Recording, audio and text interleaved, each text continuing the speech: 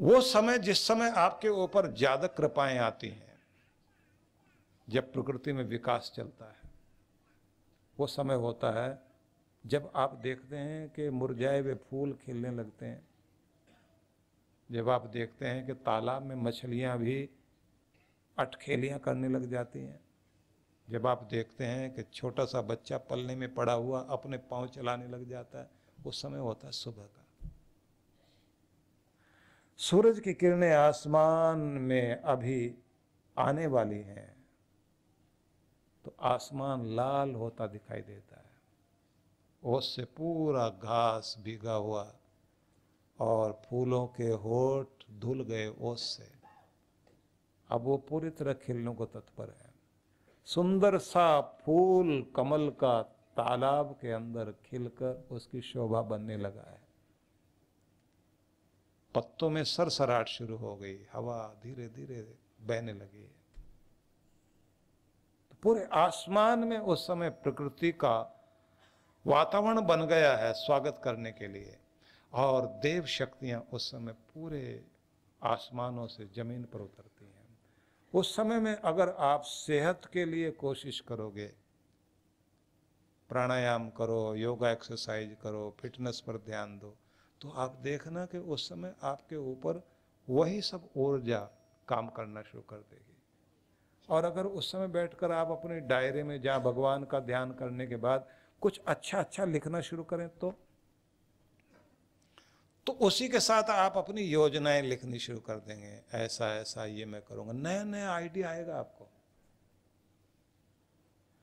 नया आइडिया ही आपको अमीर बनाता है, आपको तरक्की देता है। वो जरूर करना। तो सुबह का फायदा लेना शुरू करो। तो जल्दी सोइए, जल्दी जागिए। आप आदत बना लें कि जल्दी सोना ही है और तनाव में मत सोइए। शाम होते ही कोई हंसने हंसाने का प्रोग्राम देख लें, गीत संगीत अपना गुनगुनाते हुए थोड़ी देर जो है टहल लीजिए। अपना भोजन करने के बाद थोड़ी देर कोई गीत संगीत का प्रोग्राम देख लें। उसके बाद 15-20 मिनट बाद, क्योंकि सीधा उठते ही भोजन करते ही एकदम उठ के टहलने मत जाना। भोजन करते ही टहलने जाते हो तो हार्ट पर असर आता है। 20 मिनट आधा घंटा बाद टहलने जाओ आप, तो उस समय जब आप टहल रहे होंगे ना, डाइजेशन ठीक होगी आपकी और बिल्कुल इजी मूड में। उस समय जितने आनंद के साथ टहलते हुए, आनंद मनाते हुए, शांत और सहज होकर, आज का दिन बीत गया, आज की नौकरी भगवान की पूरी हो गई, कल की कल देखेंगे, आज के दिन को अब, क्योंकि पूरी प्रकृति शांत हो रही है तो मुझे भी शांत होना, और शांत और सहज होते होते जाकर आप आराम से जाके लेटिए। शांति स्थापित करो मस्तिष्क में, और सवेरे ठीक समय पर जाग करके अपने दिन की शुरुआत जो है, जैसे मैंने अभी बताई आपको, उस प्लानिंग को करें, और उसके बाद जो आप पाना चाहते हैं उसे पाने में आपको आसानी हो जाएगी। और ये ध्यान रख लेना, उगता हुआ सूर्य आदमी को तेजस्विता देता है, तेजहीन नहीं करता। तेजस्वी मतलब ऐसा व्यक्तित्व जिसमें आप देखेंगे आदमी का प्रभाव अद्भुत हो जाता है, कॉन्फिडेंस बढ़ता है, प्रसन्न रहता है, और अपने रिश्तों को टिकाने के लिए जो बर्दाश्त करने की ताकत होती है ना, ये भी बढ़ती है। क्योंकि सारे रिश्ते टिकते इसी बात पर है। अगर आप, तुम मुझे निभा लो मैं तुम्हें निभा लूं, तुम मुझे बर्दाश्त कर लो मैं तुम्हें बर्दाश्त कर लूं, तुम थोड़ा झुक जाओ थोड़ा मैं झुक जाऊं, थोड़ा तुम मिल जाओ थोड़ा मैं मिल जाऊं, थोड़ा तुम एडजस्ट कर लो थोड़ा मैं एडजस्ट कर लूं, दोनों मिल करके एक राह पर चल करके अपनी जिंदगी में आसमान से अपनी खुशियां नीचे उतार लाएं। यही तो है ना। ये सब कृपा आपको उसी से आती है। क्योंकि अब तो समस्या यही, ना मैं बर्दाश्त करूंगा और ना तुम मुझे करोगे, तो मिलते हैं दोनों कोर्ट में।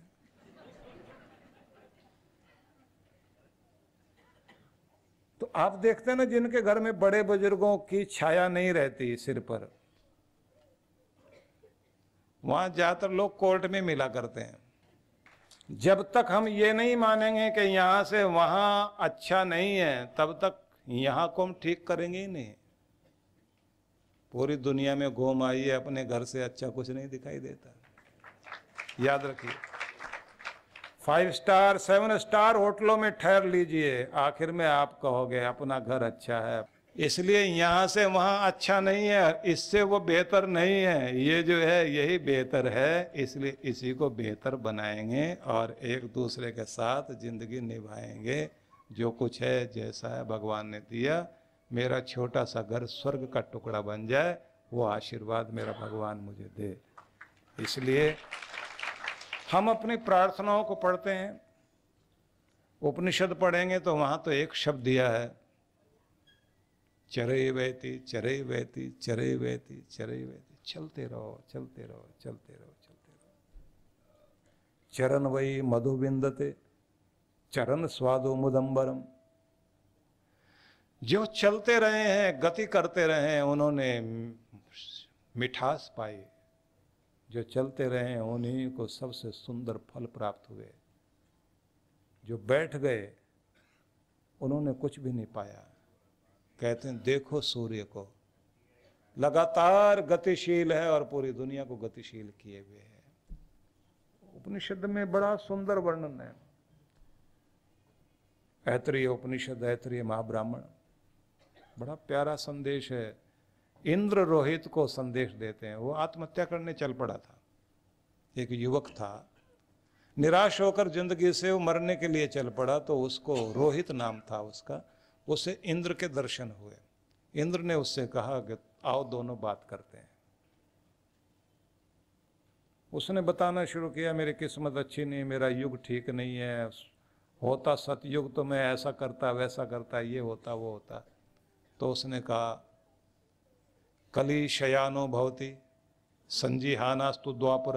अगर तुम सो गए हो, बैठ गए हो, थक गए हो, हार मान चले हो, तो जिंदगी में कलयुग है। कली शयानो भवति संजीहानास्तु द्वापर। और अगर अंगड़ाई लेनी शुरू की, उठने की कोशिश शुरू करी, भाई युग बदल गया तुरंत। फिर कौन सा युग है? द्वापर युग। उत्तिष्ठन् त्रेता भवति। और अगर उठ के बैठ गए हो कि नहीं अब सोते नहीं रहना, अब करना है कुछ, तो कहते हैं भगवान राम वाला युग शुरू हो गया। कृतम संपद्यते चरण। उठकर काम में लग गए और गतिशील हो गए, तो तुम्हारा कलयुग नहीं रहा, सतयुग शुरू हो गया। इंद्र ने रोहित से कहा, इसलिए एक शब्द याद कर ले, चरे वैती चरे वैती चरे वैती। चलते रहो चलते रहो चलते रहो, थक कर मत बैठो। तो गति प्रगति में बदले। तो गति प्रगति में तब बदलती है जब गति में संतुलन होता है। जितनी बड़ी स्पीड उतना बढ़िया संतुलन, उतना बढ़िया बैलेंस होना चाहिए। स्टीयरिंग को संभाल के पकड़े रहे आदमी। गति में संतुलन चाहिए, प्रगति में विश्वास। प्रगति में अगर विश्वास होगा कि प्रगति तो करनी ही है, तो स्पीड बढ़ाओ और बैलेंस बनाओ। ये सूत्र है, फार्मूला दे रहा हूं आपको। गति में संतुलन, प्रगति में विश्वास। ये भरोसा रखो प्रगति होगी, हो रही है, होती रहेगी। मैं किसी भी उम्र में किसी भी स्थिति में हूं, पीछे नहीं जाऊंगा, आगे ही बढ़ूंगा, आगे ही बढ़ूंगा, बढ़ता ही रहूंगा। और ब्रेक का इस्तेमाल, कि दुर्गति से बचना, कुछ गलत ना हो जाए, इसलिए दुर्गति से बचने के लिए अपने ब्रेक का इस्तेमाल करते रहो। ब्रेक का इस्तेमाल कैसे होता है?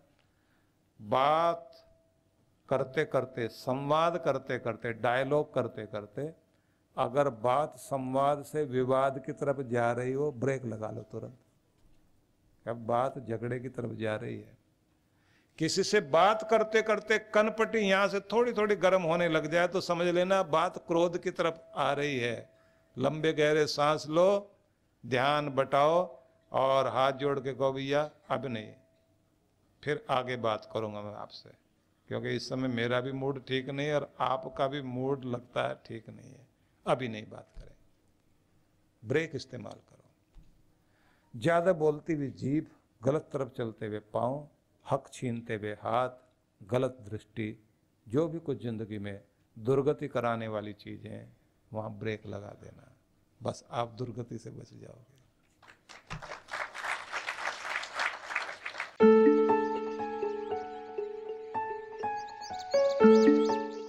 आप सभी भक्तों को मैं ये सूचना देना चाहता हूँ